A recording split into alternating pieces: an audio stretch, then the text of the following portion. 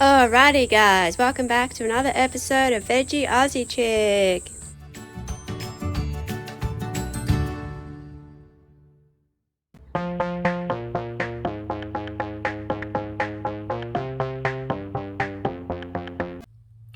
Hey guys, welcome back to my channel. So I've got another animal video for you, finally. I came across this article the other day, 9 common misconceptions about cat and dog health, and this information is from petculture.com.au, and we will get straight into it. So as per usual, I won't read the whole article, I'll just read like maybe bits and pieces. Obviously there's no misconceptions, so I'll read all of them and maybe a little bit about how to deal with that particular misconception, if that makes sense. So the first one, cats and dogs hate going to the vet. Yes, it's true. It's kind of like us going to the dentist. I know a lot of people fear going to the dentist. I don't fear going to the dentist. I don't particularly like it, but that's where they sort of compare it to that. And I know a lot of people don't particularly like going to the doctor. Who likes going to a doctor? Nobody. Again, I don't really fear going to a doctor. I'm capable of going to a doctor and a dentist, but don't particularly like it, if that makes sense. So it's got here fact. Okay, full disclosure. Sometimes this is true, but it shouldn't be. It is a great idea to give your pet positive associations with a veterinary clinic, as this will make your visits much less stressful for them.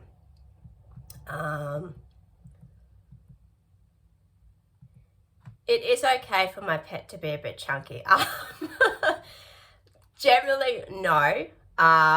You don't really want to have an overweight pet because they can obviously become obese and they have all these problems and stuff like that, which your vet can go into. I'm not a professional, so I can't really go into too much detail, but no, it's harder with cats because most people I know wouldn't walk their cats or do any exercise with their cats. But dogs, you really should walk them at least once a day. And obviously you don't overfeed your pets. I feel as though sometimes I overfeed Maddie. She probably is a little bit chunky for her body and age, I guess you could say. But there's really not much you can do other than, I guess, put them on a diet, some type of food diet.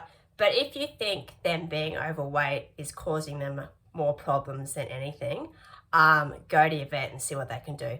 Most of the times they will probably just put your cat or your dog on a diet type food. They may do blood work and they may do other sorts of tests that I can't think of off the top of my head. So what have they got here? It is not really so much that people actively think it is okay for their pet to be overweight, but more that people are really bad at determining that their pet is already overweight. Yeah. It's got here, it's especially true for some breeds such as Labradors and Bulldogs, which tend towards obesity.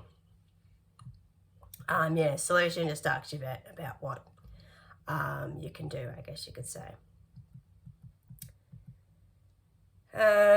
Keeping your pet at a good weight can seem difficult to achieve, but is very worthwhile for their health and longevity. I was talking to a subscriber the other day and we were comparing, we're not really comparing, but we're talking about dogs because I found out someone I know has recently lost their dog, and it's very, very sad when that happens. And this other guy was telling me that he recently lost his cat and he misses him and stuff like that. He told me that one of his cats that he had as a kid lived till 25 years old. Now, that's very uncommon.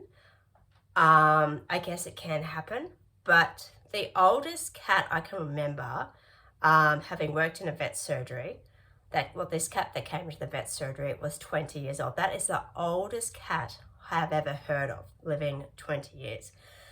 Because of the climate here in Brisbane, I think climate has a lot to do with how long animals live and how long people live as well. Probably more so animals, but generally, and I'm not saying this is the case for all dogs and cats or all pets, but generally in my experience, most dogs and cats live to about roughly 15, 16, 17 years. Yes, they can, live to 18, 19, 20, etc., and obviously past 20.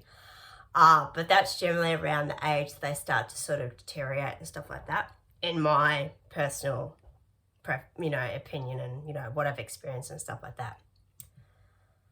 Okay, so I'll do one more, go have a break and come back. It is normal for old cats to get skinny. Weight loss in older cats occurs commonly, but most of the time it is secondary to disease such as hyperthyroidism, chronic renal disease, or an inflammatory bowel disease. So they say the solution, keep an eye on your older cat's weight and general condition. Veterinary checkups at least once, but preferably twice a year, can allow problems to detect and manage early. As I said, like, dogs and cats can start to deteriorate around the age of 15, and unfortunately you've just got to accept that.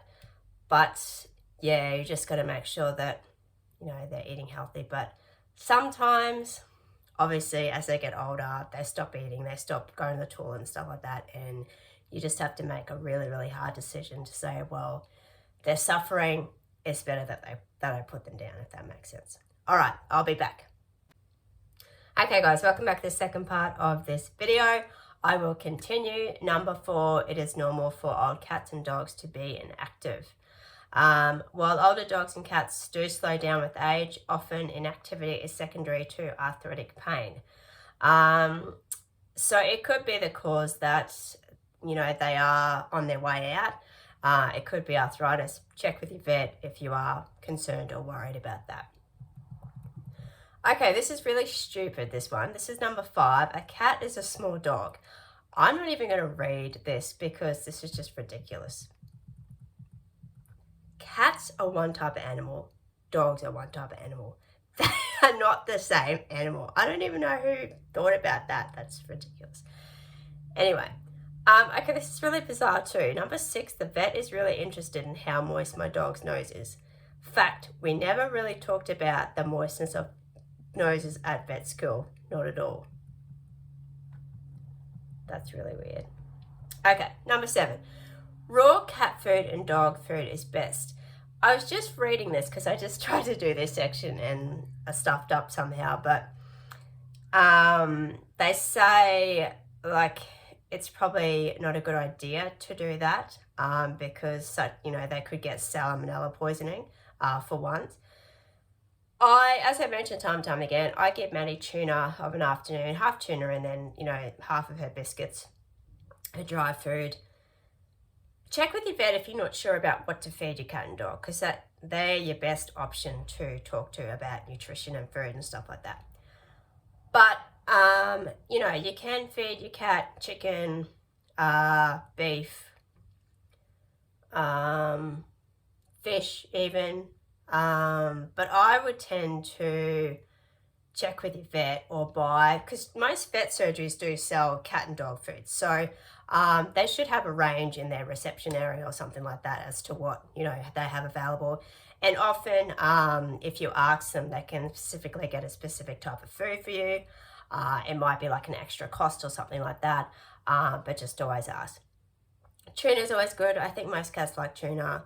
And then I have Maddie on her medicated food, so Royal Canin Dental and Royal Canin Urinary. Just need a drink of water. So yeah, your vet is the best person to talk to about what to feed your cat and dog, because not all cats and dogs are going to like what I give Maddie, if that makes sense. And most vet surgeries would sell Royal Canin, and most vet surgeries would sell Hill Science Diet, in Australia anyway. Okay, so we're getting there. Second last one. My dog is scooting. He must have worms. Scooting? Fact, is your dog dragging its bottom along the ground? Almost every day someone will tell me this and express that the dog must therefore have worms. Treating your dog for worms is very important, but it is not the usual case of a dog scooting. I don't even know what it means. Oh, I see. Okay, so in fact, scooting is usually a sign of impactation or irritation of the anal sac. So I did a video on this. A lot of vets or a lot of vet nurses will squeeze dogs' anal glands, and like that, or the anal sacs and stuff like that to try and get something out of it. So yeah, anal sacs are structures either side of your dog's and cat's anus which contain glandular secretions involved in scent making. So yeah, normally your dog should empty these yourself, but it's quite common for them to be impacted. So yeah, sometimes vets and vet nurses will squeeze it out, like to get the feces out. It's such a disgusting procedure or process. Okay, and finally, number 9, you need to be the boss of your dog. No, you don't have to be the boss of your dog. Yes, reprimand and stuff like that when they do naughty things, but no. Look, animals are a part of your family. They're like children. They are quite similar in a way. But no, just have to take care of them, make sure you feed them, give them lots of love and hugs and pats and stuff like that. I'm not even going to read what they say about that, but no, you don't have to do that. Cats are the boss of people, dogs aren't, but no, you do not have to be the boss. Just treat them like you're a child. Just treat them like they're a child, if that makes sense. I know a lot of people do and they go over the top, but I won't go into too much detail. So guys, I think I'll leave it there. Thanks so much for watching. Don't forget to hit that subscribe button, follow me on Facebook and Instagram, and I'll see you all next time. Bye.